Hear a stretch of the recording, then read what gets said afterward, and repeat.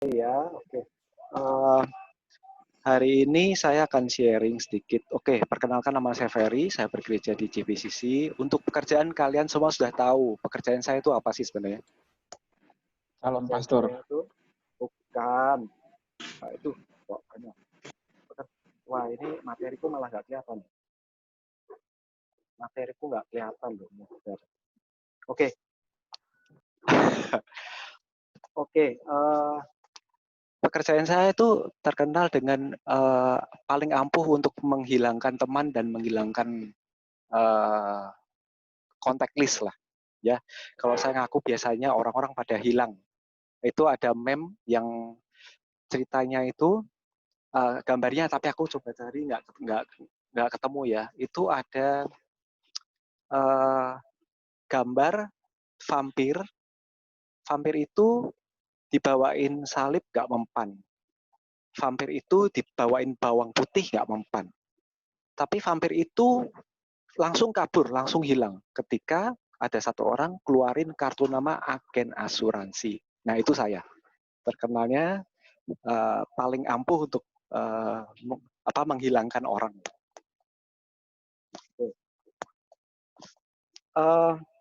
Apa yang saya ingin sharingkan, being purposeful in marketplace, itu saya ambil dari quotes-nya Pastor Jeffrey Rahmat di ibadah online 2 minggu lalu. Senang melakukan untuk keuntungan diri sendiri dan tidak menguntungkan orang lain, itu namanya hobi. Bisa melakukan menguntungkan orang lain, tapi lebih karena keadaan dan tidak memberikan energi setiap bangun pagi, itu artinya pekerjaan. Oke, ini adalah gambaran apa yang tadi Pastor Jeffrey katakan. Ya, kita lihat kalau hari Senin itu seperti seolah-olah kita berangkat pagi kerja itu, sepeda yang berat itu kita panggul. Bangun pagi kok berat sekali, ya kan? Hari Selasa sepedanya mulai dituntun, naik ke bukit. Hari Rabu sepedanya dinaikin nih. Udah hari Kamis sudah di puncak bukit nih. Hari Jumat, wah ini udah happy karena sudah mulai turun nih, jadi nggak perlu ngayuh. Sepeda kan kalau naik tanjakan berat. Ini sudah tinggal turun bukit saja sudah lebih lancar. Hari Sabtu happy, hari Minggu, wah udah di bawah, udah happy banget.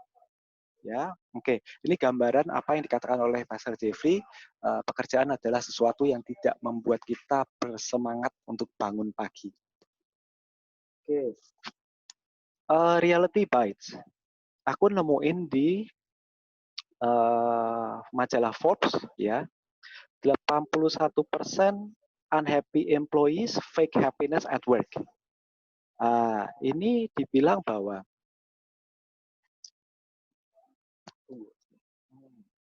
ya,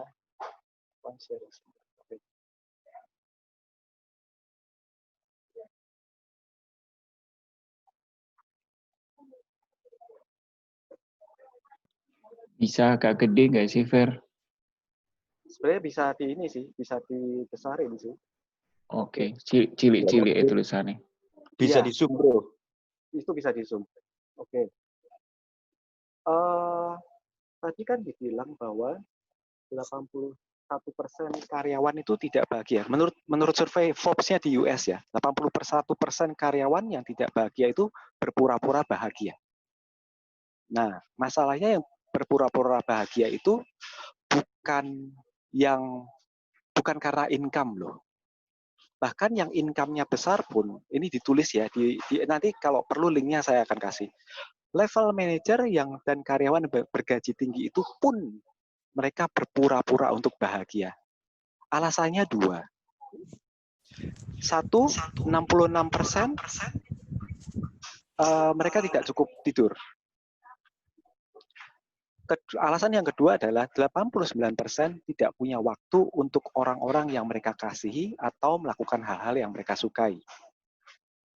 Nah, ini Reality Bites. Itu kan di Amerika. Ya kan sharing juga di apa sih yang terjadi di Indonesia?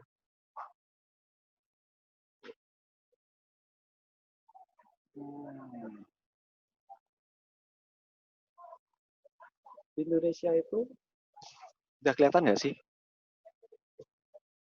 Oke. Oke, ya. Di Indonesia itu 33% pekerja Indonesia tidak bahagia. Ya, ini reality point juga. Ini yang melakukan survei adalah JobsDB Indonesia tahun 2016.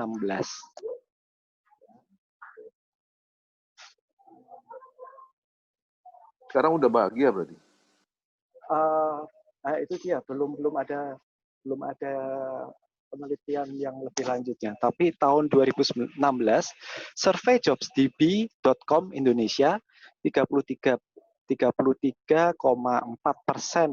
pekerja di Indonesia tidak bahagia.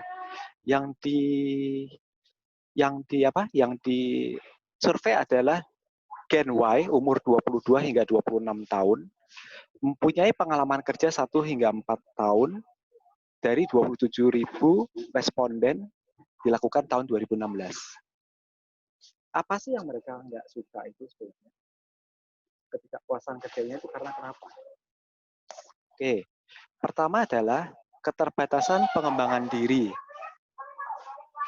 Yang kedua adalah insentif atas kinerja yang tidak sepadan dengan penghargaan. Misalnya kenaikan gaji dan bonus. Alasan yang ketiga, atasan terlalu otoriter, tidak memberikan kepercayaan atau mendelegasikan pekerjaan sehingga mereka nggak bangga dengan apa yang mereka lakukan. Berarti sebenarnya adalah yang penting, ini kenapa sih aku menyoroti tentang ketidakpuasan dalam orang bekerja? Karena kita itu dikasih waktu 24 jam sehari. 8 jam dipakai untuk kita bekerja, 8 jam dipakai untuk tidur, dan sisanya 8 jam untuk melakukan hal-hal lain. Kalau di iklannya King Coil, kenapa sih tidur itu tidur itu penting? Karena tidur itu memakan waktu sepertiga dari waktu hidup kita. Nah, sama nih. Kenapa kerja itu penting? Karena itu memakan juga sepertiga dari hidup kita.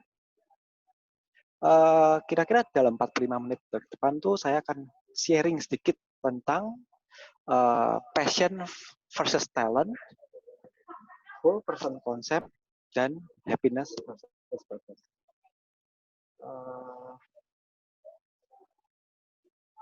Oke, ini saya akan sharing. Nah, ini dia, passion versus talent, whole person concept, dan happiness versus purpose. Kalau di dalam bahasa Inggris, passion itu a very powerful feeling. For example, sexual attraction, love, hate, anger, or other emotion. Ya. Sedangkan talent itu a natural ability to be good at something, especially without being taught. Oke, kenapa sih saya mau sharing tentang passion versus talent? Karena banyak orang yang percaya bahwa kita itu harus kerja sesuai dengan passion. Kita sudah banyak tahu lah. Kamu tuh kalau kerja ya harus apa yang kamu sukai, apa yang kamu passionate about. Pertanyaannya adalah, apakah benar demikian? Aku akan sharing sedikit. Kalau misalnya kemampuan orang untuk bisa main tenis dengan baik, itu passion atau talent? Menurut teman-teman apa ini? Boleh saya dengar pendapatnya teman-teman nih. Talent. Oke, talent ya itu ya. Bermain tenis dengan baik itu talent ya. Itu tadi siapa? Bro Niko ya? Talent. Enggak dua-duanya. Enggak dua-duanya. Apa dong? Kalau bukan dua-duanya apa dong? Itu apa namanya? Hobi. Motivation. Apa? Motivation. Oh, motivation. Oke, boleh. Ya, oke. Kalau orang yang bisa sketch interior itu termasuk talent atau passion? Apa? sketch ruangan, sketch interior. Talent. Oke, itu sketch interior talent. Kalau tenis itu passion atau talent tadi. Motivation. Bisa jadi. Motivation. Oke. Oke, aku akan share sedikit ya.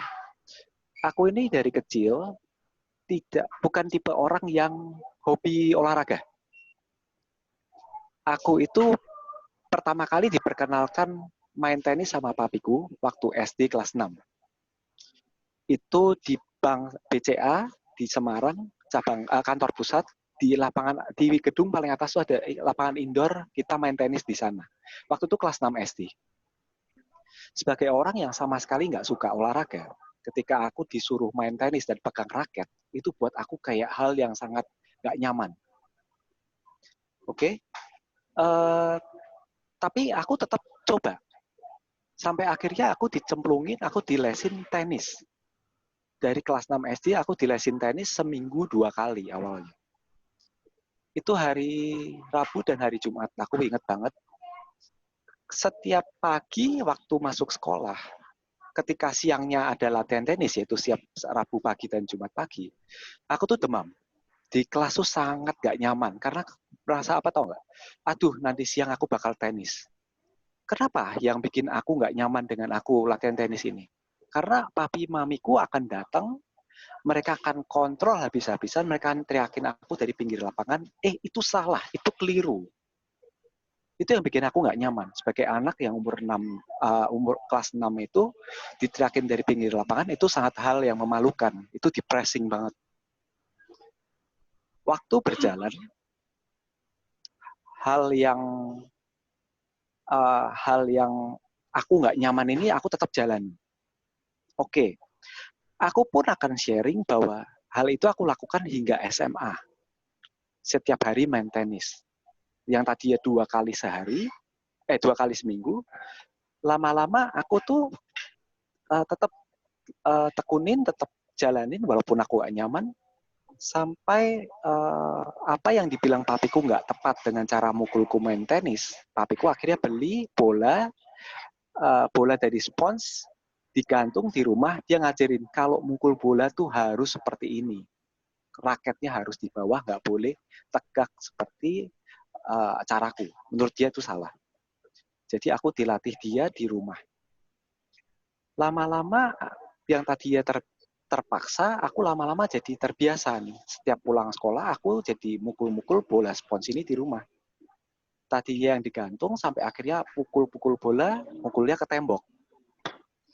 Akhirnya apa tahu nggak? Bola itu kan kalau mungkin kena air, masuk ke got, itu ketika aku pukul ke tembok, akhirnya temboknya kotor semua. Mamiku ngomel.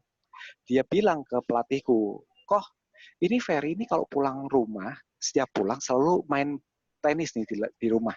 Pukulnya sama tembok, sampai kotor semua." Pelatihnya bilang apa?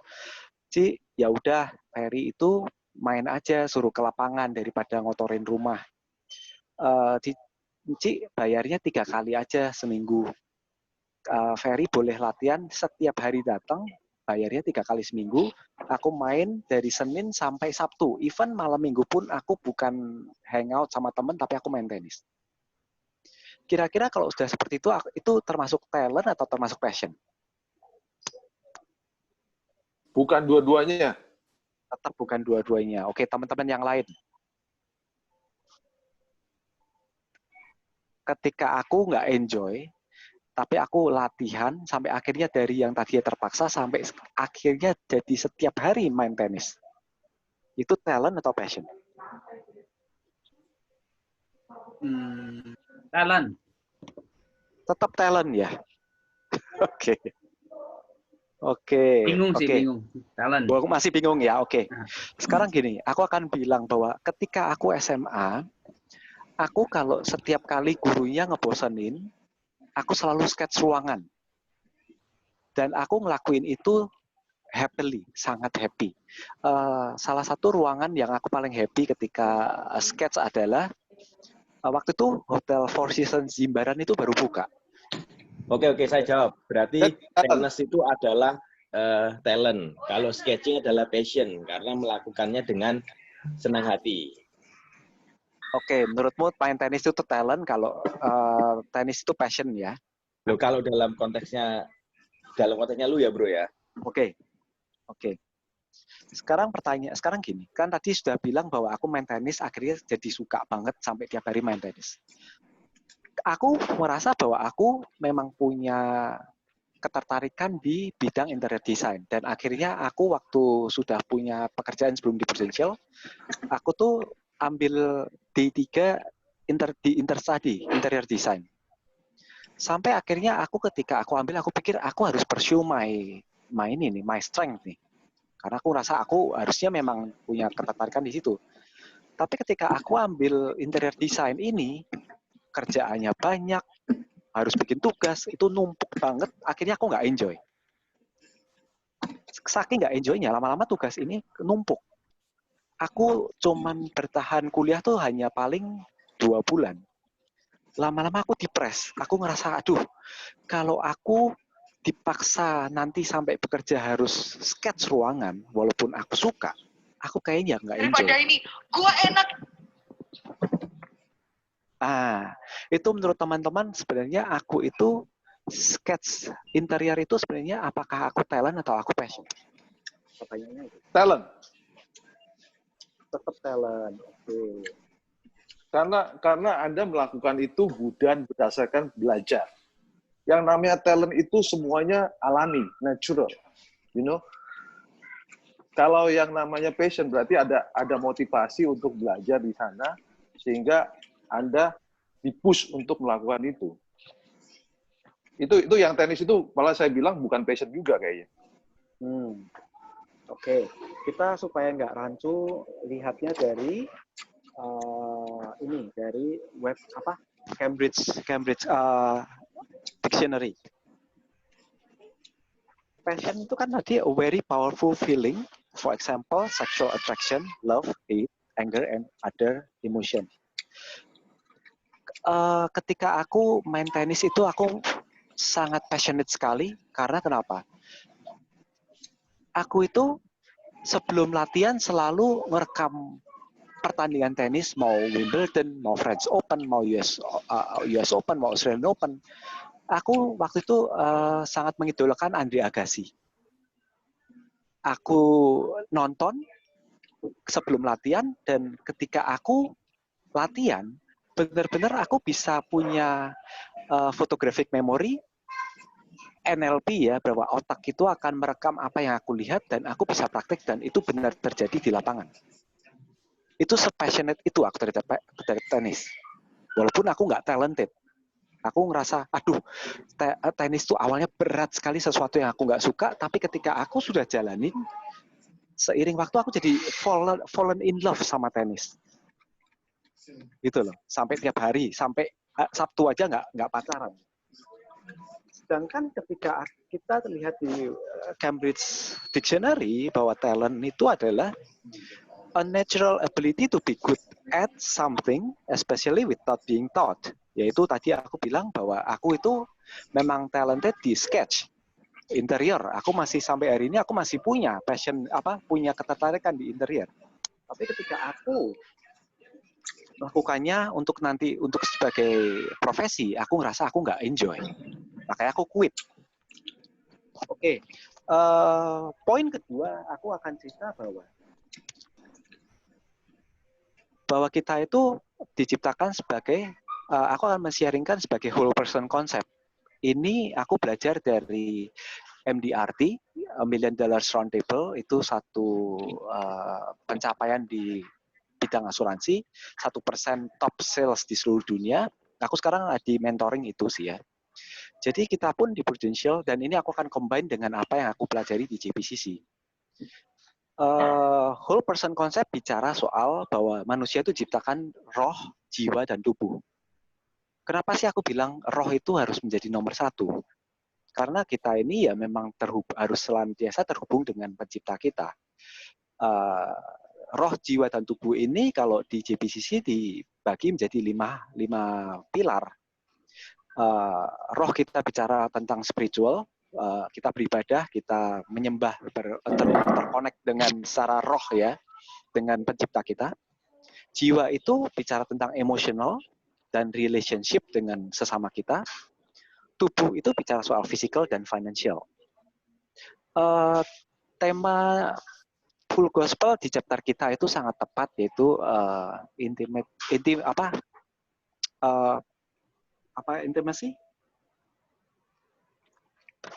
Apa intimacy ya? Cross intimacy ya. Ya, Cross intimacy. Cross intimacy. Nah, cross intimacy itu bicara ya ini semua tentang roh, jiwa dan tubuh. Spiritual, emotional dan spiritual tentang ke atas, emotional dan relations itu tentang hubungan kita dengan sesama. Physical dan financial itu ya tentang mengasihi diri kita sendiri. Aku percaya bahwa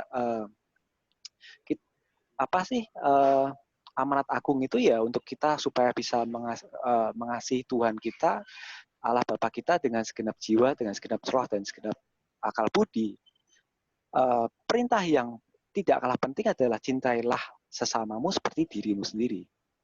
Nah, bagaimana kita mencintai diri kita sendiri dulu, baru kita bisa mencintai sesama kita.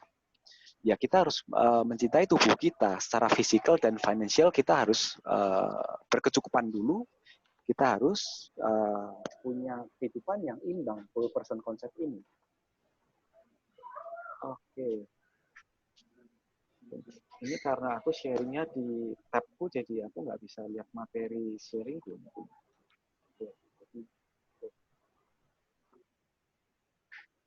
Kayak Roger. Oke. Aku akan tanya, dalam Tuhan itu kasih satu hal yang untuk orang siapapun dikasih sama, jumlahnya sama. Mau orang miskin, mau orang kaya, mau orang sehat, mau orang kurang sehat, itu apa sih yang Tuhan kasih? Di dalam hidup ini Tuhan kasih sama, rata untuk semua orang. Kira-kira apa? Waktu. Oke, waktu itu betul. Kita hanya dikasih 24 jam. Ya. Oke. Yang Tuhan perlu dari kita apa sih dalam waktu 24 jam yang diberikan itu? Kita dikasih tanggung jawab untuk stewardship atau mengelola. Ya. Makanya aku percaya bahwa GBC ini bilang bahwa balance is the key of life. Ya, keseimbangan. Banyak orang yang, apalagi kita ya, pria ini yang diberi tanggung jawab untuk mencukupi diri kita sendiri. Makanya di full gospel kan adalah pria-pria dewasa, yaitu pria-pria dewasa yang bisa mencukupi kebutuhan kita sendiri. Itu kan bicara soal terutama dalam hal finansial. Tapi banyak orang yang merasa bahwa aku tuh diciptakan semata-mata, apalagi mungkin sebagai suami, sebagai kepala rumah tangga, mereka tuh seolah-olah bahwa ya udah, tugasku adalah mencari nafkah. Tugasku itu memberi nafkah kepada istri, kepada anak, dan itu seolah-olah itu tugasku.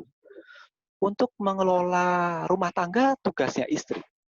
Mendidik anak itu tugasnya istri. Tugasku ya udah, pokoknya aku cari uang, that's it. Bahkan banyak orang yang membenarkan dirinya, mereka lembur, mereka mati-matian, mereka seolah-olah semuanya dilakukan demi cari uang, semata-mata karena ya udah, aku toh juga ngelakuin ini demi keluarga, demi anak. Halim, si Halim tuh. Oke, jadi artinya apa? Mereka tuh mengorbankan. Tadi kan bicara soal whole person konsep ya, spiritual, emotional, relations, physical. Tapi financial ini kayak seolah-olah menjadi segala-galanya.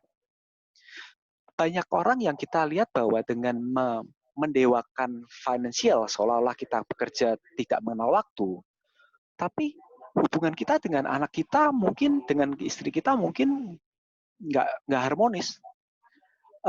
Di JBCC dibilang, kalau Pastor Jeffrey bilang gini, kamu boleh sesukses apapun, di bank kamu dihormati, di kantor kamu dipanggil bos, kamu di kolega kamu dibilang, wah kamu tuh suksesnya luar biasa.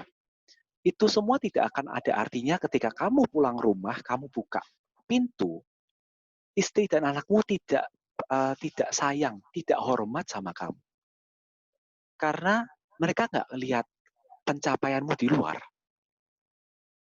Ada orang-orang yang bekerja sampai lupa waktu untuk makan, tidak cukup istirahat, ya akhirnya mereka apa? Mereka sakit, mereka kena tifus, mereka mungkin istirahat kurang, makan nggak terjaga, olahraga apalagi mungkin nggak ada waktu, semata-mata karena seolah-olah apa yang mereka lakukan tuh demi mencari nafkah untuk keluarganya.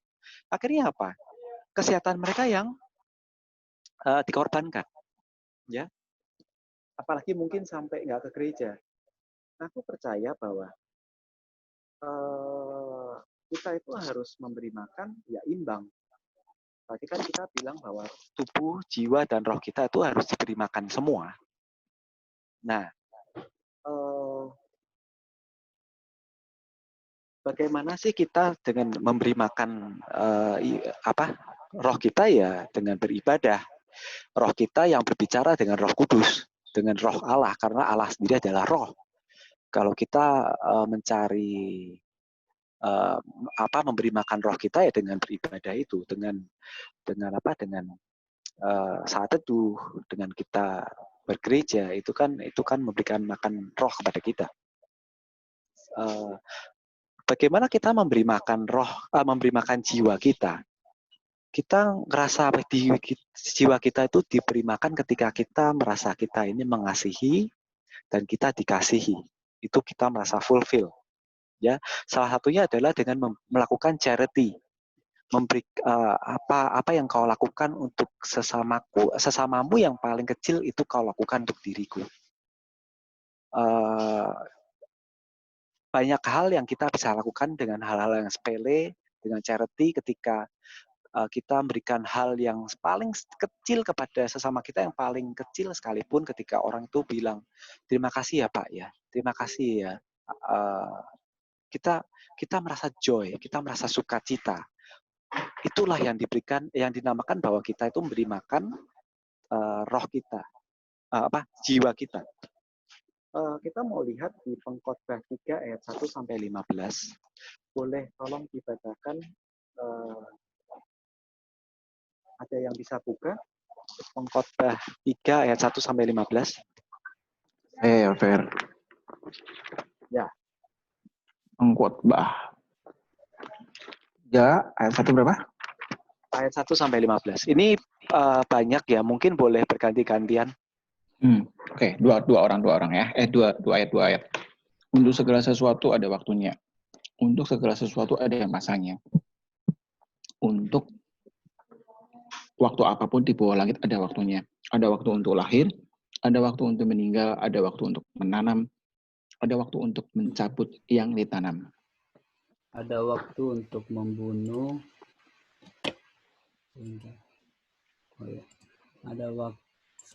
Ada waktu untuk membunuh, ada waktu untuk menyembuhkan, ada waktu untuk merombak, ada waktu untuk membangun, ada waktu untuk menangis, ada waktu untuk tertawa, ada waktu untuk meratap, ada waktu untuk menari. Ada waktu untuk membuang batu, ada waktu untuk mengumpulkan batu, ada waktu untuk memeluk, ada waktu untuk tahan diri dari memeluk. Ada waktu untuk mencari, ada waktu untuk membiarkan rugi, ada waktu untuk menyimpan, ada waktu untuk membuang. Ada waktu untuk merobek, ada waktu untuk menjahit, ada waktu untuk berdiam diri, ada waktu untuk berbicara, ada waktu untuk mengasihi, ada waktu untuk membenci, ada waktu untuk perang, ada waktu untuk damai. Apakah untung pekerja dari yang dikerjakan dengan berjerih payah?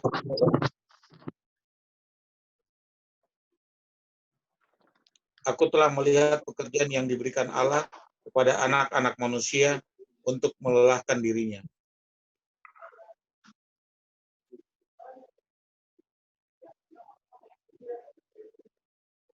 Ia membuat segala sesuatu indah pada waktunya, bahkan ia memberikan kekal dalam hati mereka, tetapi manusia tidak dapat menyelami pekerjaan yang dilakukan Allah dari awal sampai akhir. Silakan lanjut.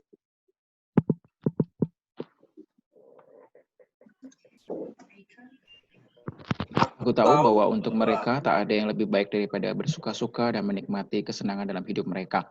Dan bahwa setiap orang dapat makan, minum, dan menikmati kesenangan dalam segala jerih payahnya. Itu juga adalah pemberian Allah. Aku tahu bahwa segala sesuatu yang dilakukan Allah akan tetap ada untuk selamanya. Itu yang tak dapat ditambah dan tak dapat dikurangi.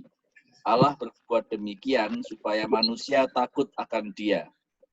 Yang sekarang ada, dulu sudah ada, dan yang akan ada, sudah lama ada. Dan Allah mencari yang sudah lalu.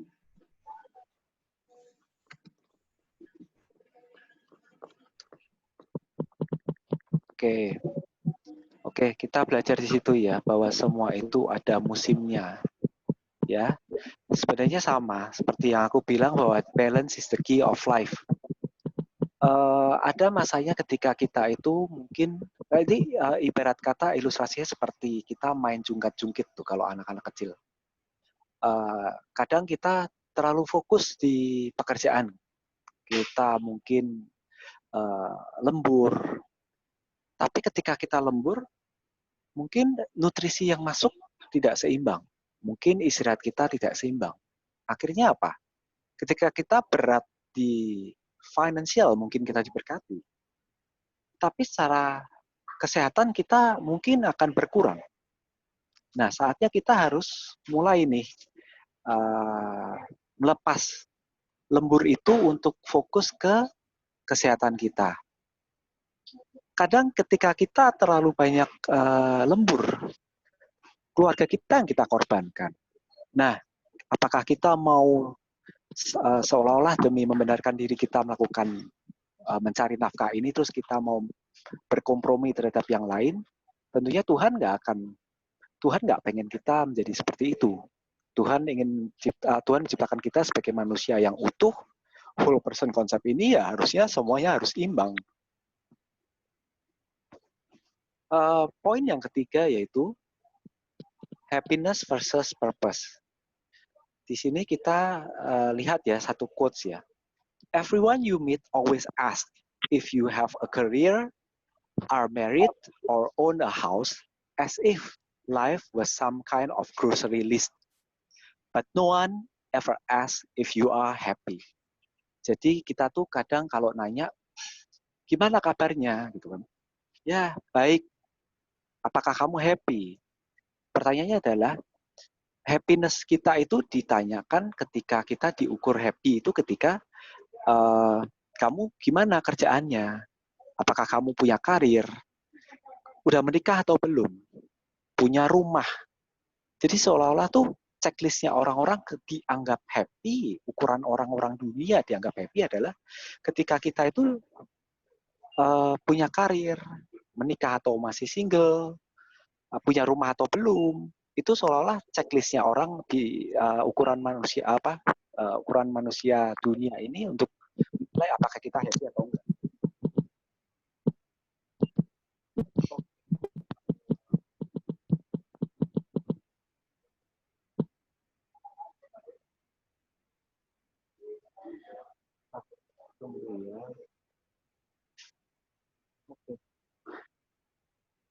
Pertanyaannya adalah, apakah teman-teman happy saat ini?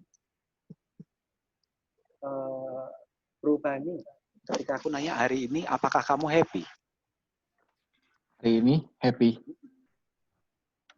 Hari Bro ini Halim, ya oke. Bro Halim hari ini happy? Dia lagi sedih banget tuh. Bro Halim happy? Good. Ya, iya kita happy aja. Oh happy aja ya, oke. Ya. Kalau Bro Niko dan Bro MV lah, Bro MV hari ini happy? Hari ini saya bad mood banget. Oke. Kenapa itu? Ya, satu kerjaan yang di perusahaan yang baru belum berjalan dan ada hak yang harus diberesin tapi belum dapat. Yang kedua, beberapa target program untuk kerjasama produk sayur ternyata mesti banyak belajar lagi tentang apa ya macam-macam lah kalau sayur. Dan bawang juga lagi naik turun, ya semuanya lagi sepi. Seperti itu.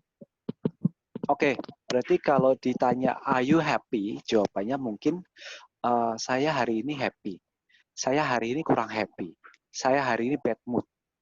Berarti ukuran happiness itu sebenarnya apa yang terjadi di luar. Di dalam bahasa Inggris ada satu kata yang bukan happy, tapi artinya konten. Konten itu bicara tentang kepenuhan ya. Oke. Aku akan share, kalau di bahasa Indonesia kan happy ya happy aja. Tapi kalau di bahasa Inggris ada satu kata, ini aku akan bedain antara happy dan konten. Oke, kita lihat ya. Happy itu feeling, showing, or causing pleasure or satisfaction. Jadi kalau kita lihat di sini, a happy marriage, berarti kan memang ada kata bendanya. She looks so happy. Berarti memang ada hal yang membuat dia happy. Ya, ini hal-hal kalau kita lihat happy itu karena ada penyebabnya yang dia bikin dia happy. Tapi aku akan memperkenalkan satu kata di bahasa Inggris yang itu adalah konten. Konten itu apa sih? Kalau bahasa Indonesia mungkin konten nggak ada ya. Bahasa Indonesia ya mungkin bahagia juga, happy juga mungkin. Konten itu pleased with your situation and not needing or desiring it to be better. Ini aku bicara bahwa konten itu bicara soal apa yang terjadi di dalam. Orang waktu itu temanku aku tanya, emang bedanya apa sih? Konten dan happy? Oh beda. Happy itu sesuatu yang terjadi di luar. Misalnya, kamu barusan terima gaji, gajinya naik, kamu happy. Anakmu lulus dengan nilai yang baik, kamu happy. Tapi happiness ini tidak berlangsung lama, karena ada hal-hal lain yang mungkin akan membuat kamu jadi down. Mungkin pekerjaannya belum berjalan sempurna, mungkin ada hal-hal lain yang membuat kamu nggak happy. Tapi konten itu bicara soal apa? Soal apa yang kamu rasakan di dalam hati. Konten ini hanya bisa terjadi ketika kamu melihat di dalam dan bukan melihat keluar. Mau apapun yang terjadi di luar, kalau kamu memang konten, kamu merasa kamu fulfill, ya kamu konten aja. Regardless apapun yang terjadi.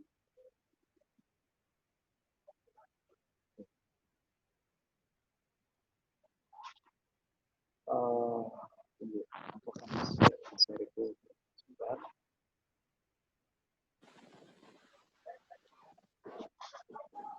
Oke. Kalau di dalam bahasa Inggris, konten itu artinya apa? Konten itu tadi seperti itu, sesuatu yang kamu tidak ingin menjadi lebih baik karena kamu memang sudah fulfilled ya. Aku mengkaitkan konten itu dengan purpose. Nah, ini kita bicara soal purpose. Purpose itu di dalam bahasa Inggris. Oh, aku lupa masukin ke dalam ini konteksnya.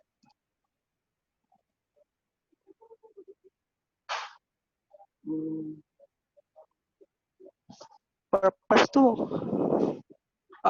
kalau di dalam Cambridge Dictionary itu bicara soal why you do something or why something exists. Kita akan bicara soal sesuatu yang lebih dalam daripada happy, yaitu soal purpose. Mengapa kita melakukan sesuatu yang kita lakukan, atau mengapa kita itu ada, diciptakan. Pernah nggak, kapan sih teman-teman mempertanyakan di luar dari siapa kita misalnya? Kalau kita ini diciptakan, terlepas dari kita dilahirkan dari papa mama siapa, terlepas dari istri kita sekarang siapa, terlepas dari anak-anak kita ini siapa saja, terlepas dari apa yang kita lakukan pekerjaan kita, kalau kita mempertanyakan siapa aku, siapa Bani, siapa Billy, siapa Niko, siapa Bro Halim, siapa Bro MV, aku itu siapa? Pertanyaan siapa itu related dengan pencipta kita. Menurut Tuhan, kita itu siapa di mata Tuhan? Itu yang dibilang bahwa kita itu mulai bicara soal purpose. Itu sama seperti produk. Sebuah handphone itu diciptakan pasti punya purpose-nya. Manusia pun diciptakan oleh pencipta kita. Pasti punya purpose. Purpose itu akan ditemukan ketika kita sadar bahwa kita itu siapa di mata pencipta kita. Kemudian adalah bicara soal setelah kita ini sadar kita ini siapa, kita itu mau kemana? Kita itu mau ngapain di dunia ini? Kita bicara soal why we do what we are doing. Ya, balik lagi kita bicara soal purposeful in marketplace. Kita itu bekerja, betul, 8 jam sehari, maka pekerjaan itu penting. Tapi pekerjaan itu bukan menjadi purpose Tuhan menciptakan manusia.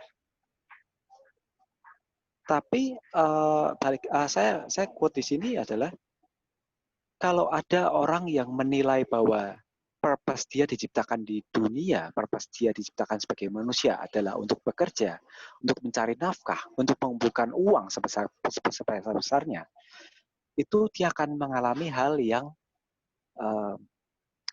kekosongan. Karena sekali lagi Tuhan tidak pernah menciptakan manusia untuk bekerja, untuk mencari nafkah.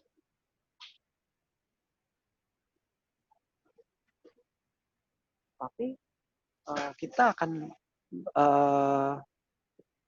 boleh dibaca kenapa sih siapa kita di mata Tuhan dan mengapa kita melakukan hal yang kita harus lakukan. Boleh tolong dibantu baca Matius 5 ayat 13 sampai 16. Ada yang bisa dibantu baca?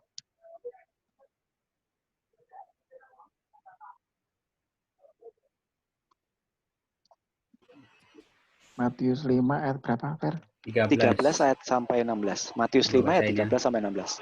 Oke, aku baca. Oke, sudah. Ayo ada Bebani deh. Ya, apa-apa, kamu aja. Monggo Be. Matius 5 ayat berapa? 13 sampai? 13 sampai 16. Oke, kamu adalah garam dan dunia. Jika garam itu menjadi tawar, dengan apakah ia diasinkan? Tetap tidak ada lagi gunanya selain dibuang dan diinjak orang. Kamu adalah terang dunia.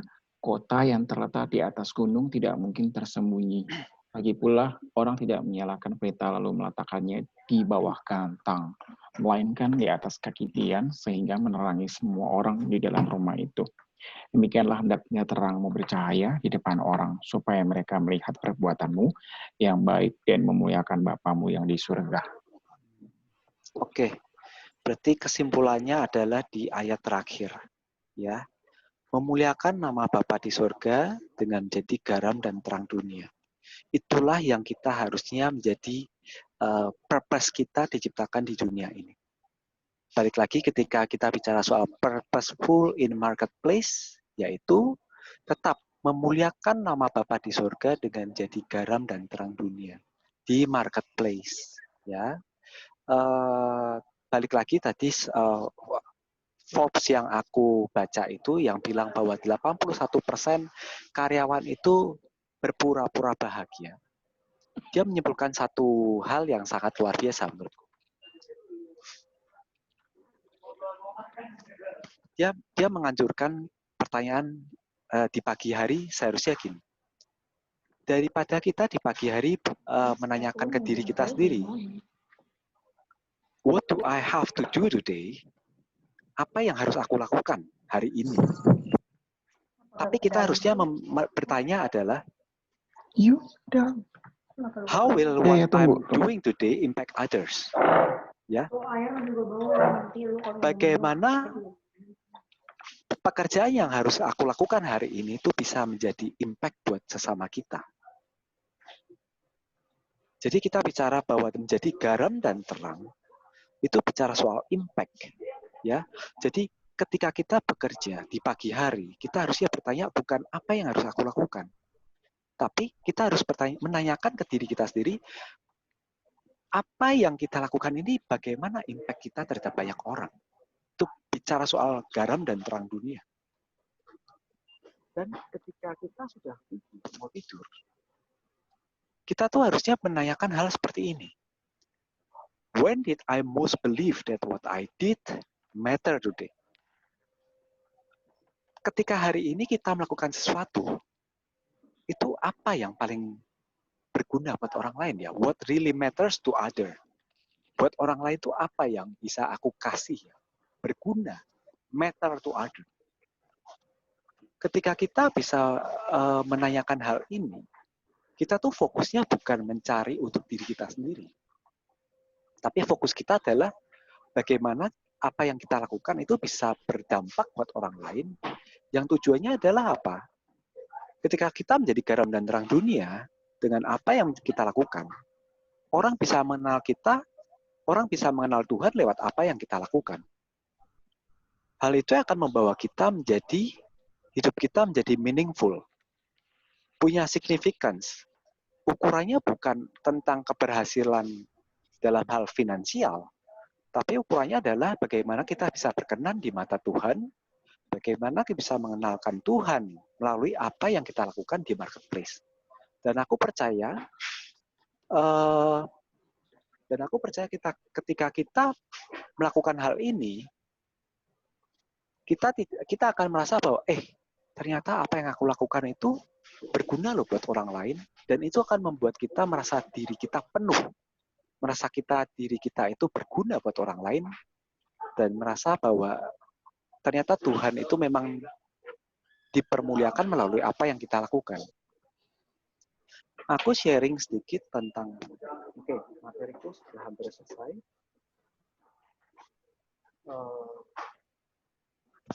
Apa yang aku lakukan di pekerjaanku ya, aku melihat bahwa aku merasa apa yang aku lakukan di Prudential ini, ya aku lakukan bukan untuk diriku sendiri, karena aku di sini berlatih untuk selfless. Aku melakukan ini untuk tanggung jawabnya ketiga hal. Satu, ketika aku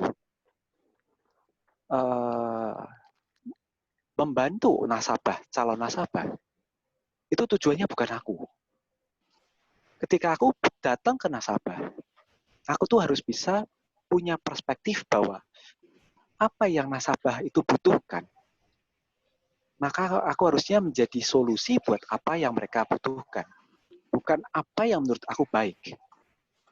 Jadi perspektifku tuh berubah. Aku tuh harus bisa melihat bahwa, kalau aku nyamperin ke teman, kalau aku nyamperin ke saudara, kalau aku nyamperin ke calon nasabah, apa yang aku sampaikan harusnya bisa menjadi solusi bagi mereka. Kalau aku sampai nggak menyampaikan, efeknya finansial buat mereka itu apa? Kalau tadi Bro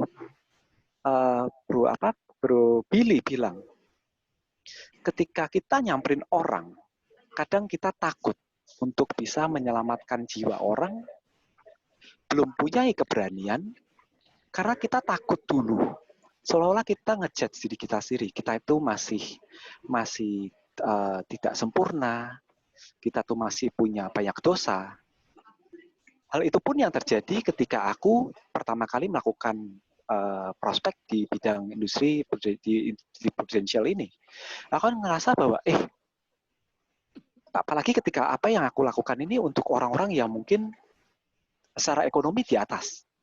Aku kan selalu mikir, gila, gue ini siapa ya? Kok berani memprospek orang yang lebih di atas aku secara ekonomi? Tapi itu semua ada di mindset. Balik lagi, Bro Billy, semua itu ada di mindset. Ketika Bro Marcus Valen bisa menyampaikan bahwa dia harus menyampaikan kebenaran firman untuk menyelamatkan jiwa orang-orang yang belum mengenal Tuhan, itu hal yang harusnya apa? Mindset kita berubah. Dibanding kita bilang, aku percaya bahwa Bro Marcus Valen pun ngerasa bahwa sebenarnya dia juga belum layak untuk menyampaikan firman. Tapi dia lebih punya kepentingan lebih besar, fokusnya bukan untuk diri sendiri. Ketika dia bilang bahwa dia belum layak, dia masih punya dosa banyak, berarti dia fokusnya ke diri dia sendiri. Tapi ketika dia memfokuskan diri untuk kebutuhan saudaranya yang dia ingin selamatkan, dia menjadi selfless. Hal yang sama aku lakukan ketika aku prospek. Aku bilang bahwa kalau aku tidak menyampaikan ini, maka risikonya ditanggung oleh calon nasabahku. Ketika hal itu terjadi, maka aku yang berdosa. Ketika Bro Valen tidak menyampaikan, ketika dia bilang dia digerakkan oleh Tuhan, tapi seolah-olah iblis bilang bahwa, lu tuh siapa? Lu tuh masih belum layak untuk menyampaikan kebenaran ini. Lu ngapain masih mau menyampaikan kebenaran ke orang lain, ke temanmu yang imannya berbeda, kamu tuh masih belum layak. Maka dia seolah-olah dia tuh berfokus ke diri sendiri. Tapi coba teman-teman fokuslah kepada gini, kalau kita tidak menyampaikan kebenaran, kalau aku tidak menyampaikan financial planning ke calon nasabahku, risiko apa yang mungkin terjadi ketika kita nggak menyampaikan? Yuk kita selfless, kita mencoba untuk berbuat ini memang untuk Tuhan. Ya. Kedua, aku melakukan ini selain untuk nasabah, aku melakukan ini untuk timku. Di Prudential itu kan namanya memang punya tim. Aku sekarang punya tim ada 6 orang. Aku percaya banget ketika Tuhan mempertemukan aku dengan timku itu bukan kebetulan. Aku kenal satu-satu timku itu seperti apa, itu seperti benar-benar seperti kalau di Alkitab, aku mengenal domba-dombaku. Aku bahkan bisa mengenal bagaimana meng-grooming timku itu seperti aku kenal domba-dombaku ini. Ada yang karakternya seperti ini, aku harus seperti ini. Dan domba-dombaku pun mengenal aku. Aku percaya bahwa apa yang aku lakukan ke timku itu seperti kalau di kekristenan adalah pemuritan. Aku pun belajar untuk selfless juga. Yaitu kenapa? Ketika aku bisa closing diri sendiri, aku nggak happy.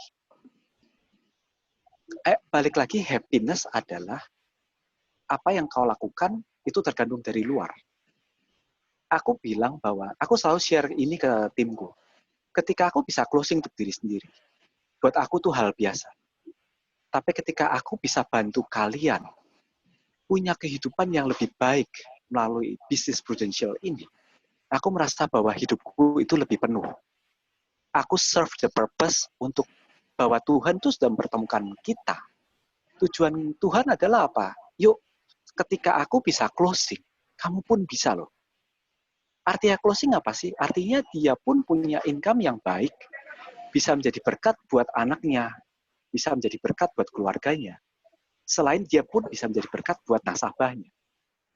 Caranya gimana? Ayo, ketika aku sudah bisa menjadi leader, tanggung jawabku adalah, yuk, I will show you the way.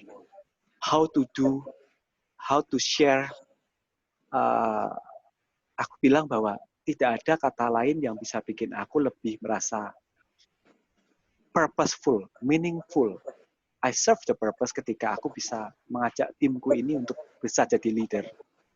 Jadi, teman-teman, aku sharing ini, sharingku sudah selesai. Aku bicara bahwa kita mungkin merasa bahwa value itu apa? Talent itu dan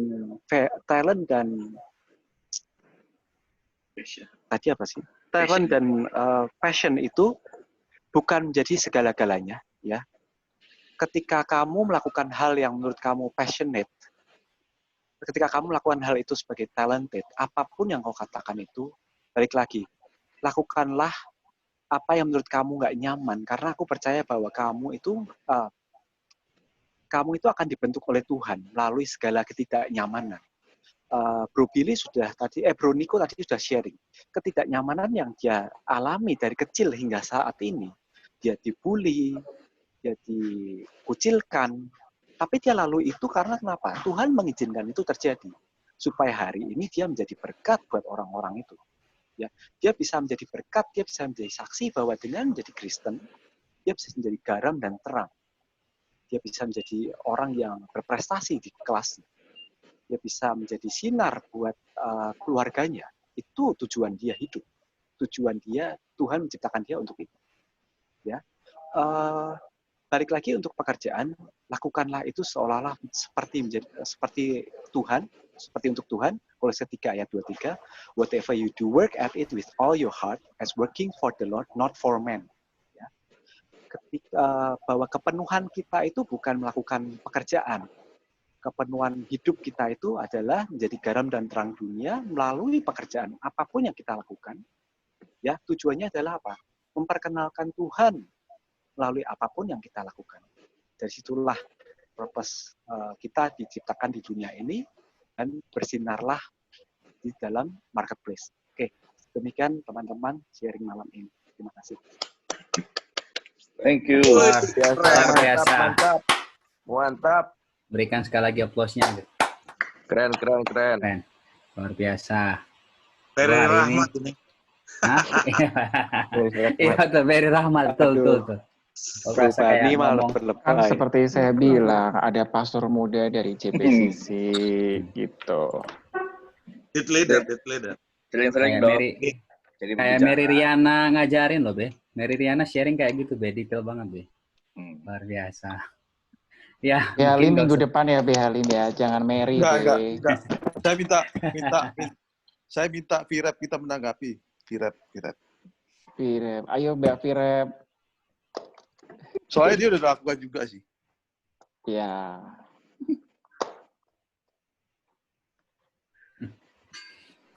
Tanggapan apa? Saya happy kok.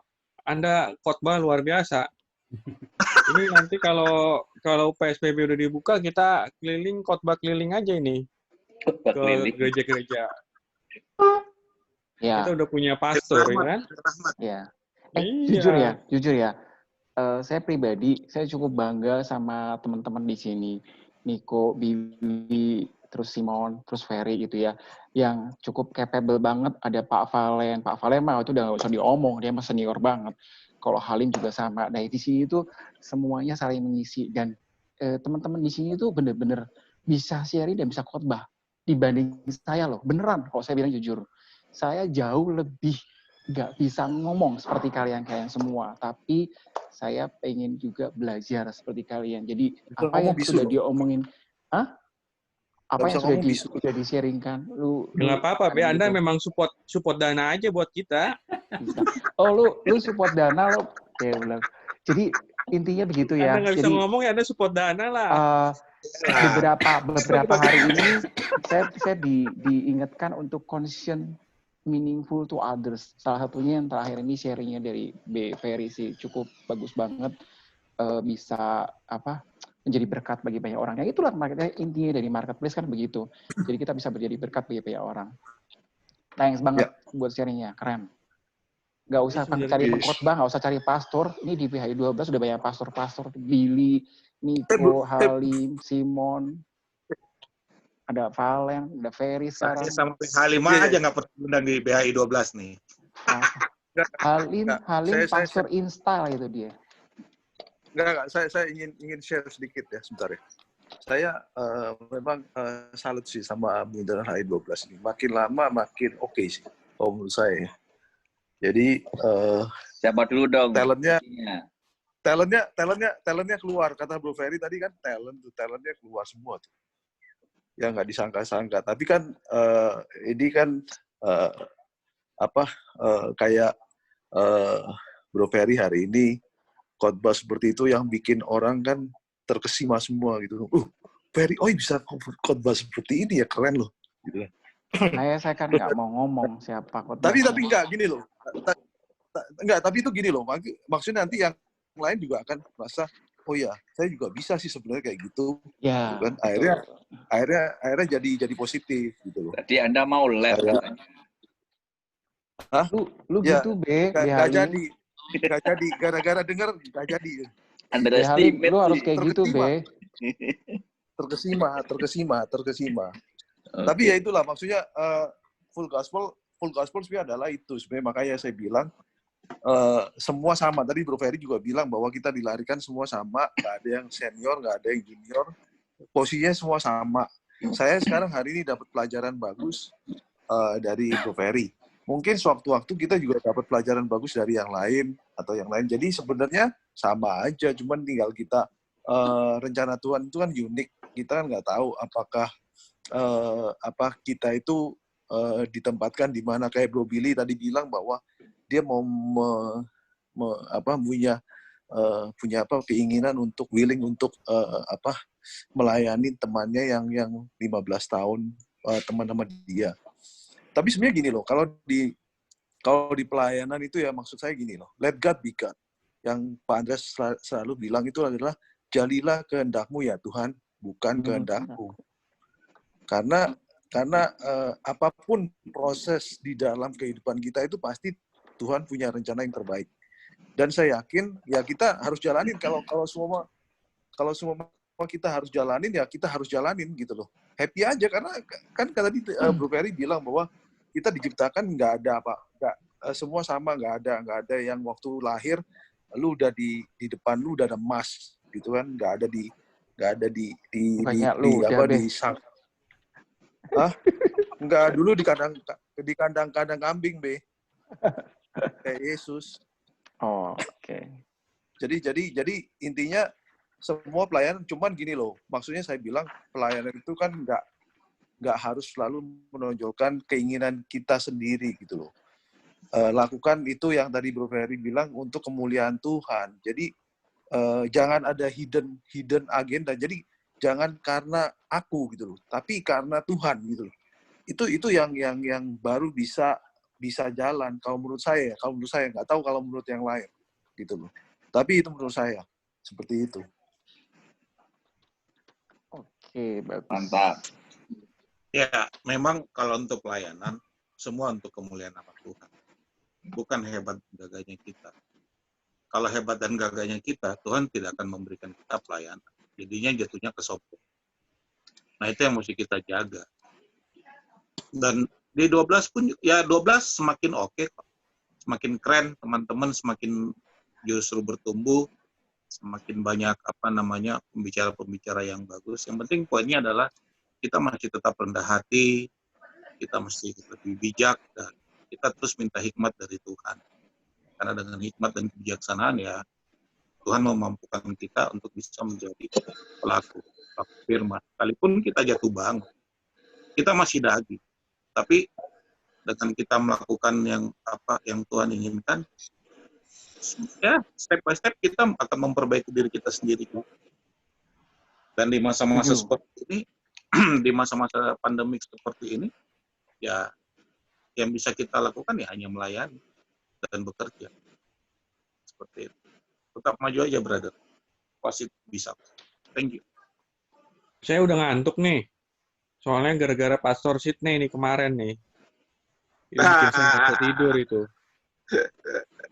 Ini nggak apa-apa lah, lu asal jangan tidur di sini, Be. Itu bikin saya nggak bisa tidur tengah malam terbangun itu gara-gara Pastor Sidney itu. Pantesan tadi gue lihat Anda itu tidur gitu, ngantuk gitu. Iya, itu Pastor Sidney itu bikin saya nggak bisa tidur. Jadi bikin saya kepikiran ya udah puluhan tahun nih di dunia, apakah God purpose itu udah benar-benar fulfill, udah benar-benar bisa serve our generation or no? Ya kan? Ya tujuan hidup kita ya bukan di batu nisan nanti ada tertulis best CEO atau best company, ya best entrepreneur, ya tapi ya apakah kita benar-benar udah fulfill God purpose to serve our generation? Iya, setuju. Ini yang membuat saya sih benar-benar semalam nggak kebangun. Ya itu yang ya rethinking lagi, benar-benar nggak sih udah talenta yang Tuhan berikan, apa yang tujuan Tuhan dalam hidup saya itu udah terpenuhi apa belum gitu. Jadi ya saya bersyukur boleh ada di wadah Full Gospel ini.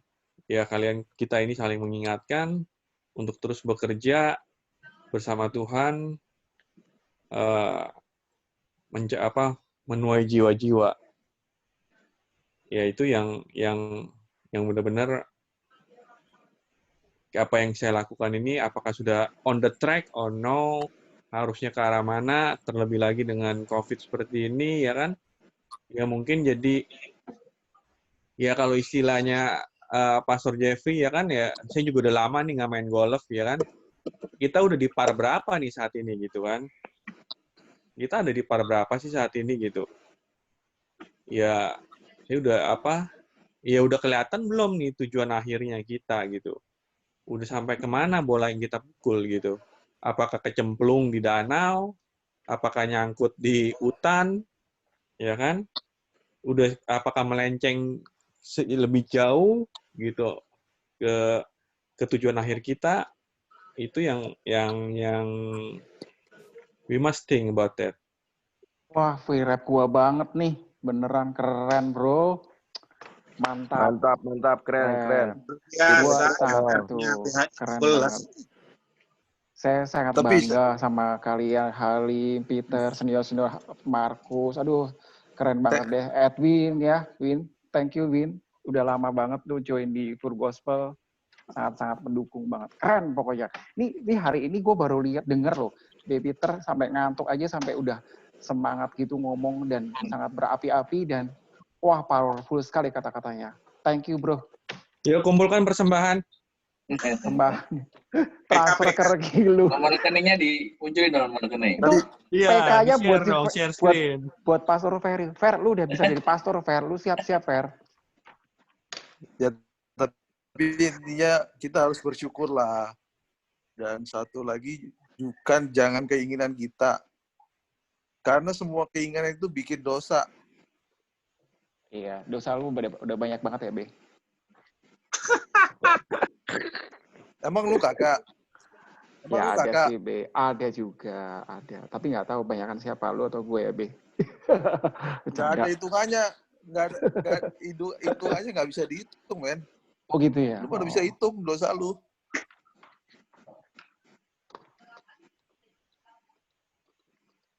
Intinya kita harus bersyukur dan melakukan yang tadi Bro Ferry bilang aja lah, udahlah. Selesai. Oke, yuk selesai. Yuk. Udah jam 10. Minggu depan apa mau offline apa kita? Offline lah.